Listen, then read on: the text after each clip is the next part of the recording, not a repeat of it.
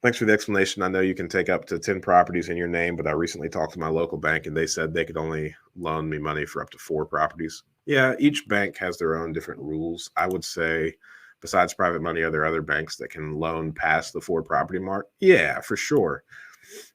You just talked to a very conservative bank that doesn't want to play this game. So banks are all different. One of my favorite things to say is, "He who has the gold makes the rules," right? And my brother is my partner, and I think he handles all of the behind the scenes things.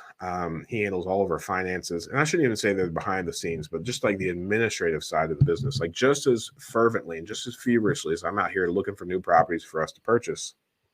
My brother is looking for banks and lenders and institutions that are willing to work with us and that are willing to take on properties for us. So the 10 property thing that you just cited, it's really important to note that that is for properties that you're going to put in your personal name that you're going to qualify for from Fannie and Freddie loans. So the government-backed loans, you can only qualify for 10 of those. That is the only place where you have a limit. If you put these properties into an LLC and you go over to the commercial side of the house, no bank has a limit on how many commercial loans they will do, even single family, just how many properties they will lend to on an LLC.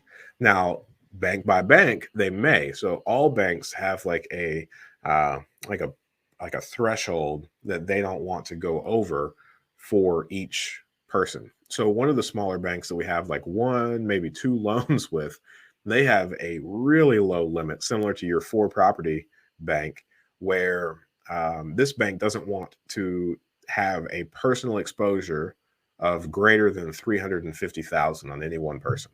So as soon as I borrow $350,000 from that bank, I am done. I can get no more from them.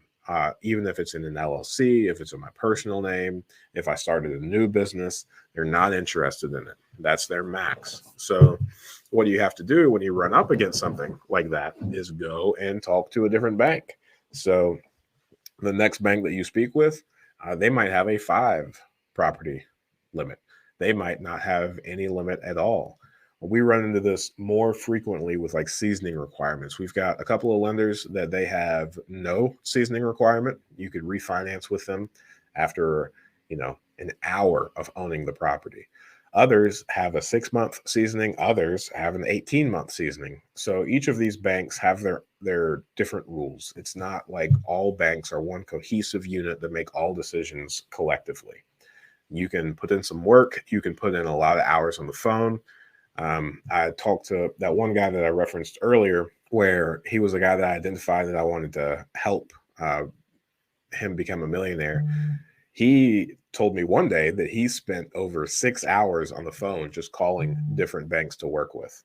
So it is a massive time consuming thing to figure out what banks want to do and when they want to do it. Thanks for watching that clip. I thought that was a good question. And I think you can ask good questions too. Join us every Friday morning at 8 a.m. Eastern Standard Time for a live stream Q&A where we answer plenty of questions just like this one. In the meantime, consider subscribing to the channel if you want more of this content. And if you want to increase your deal flow, analyze properties better, and help me feed my family, click the link below for a free 7-day trial of PropStream.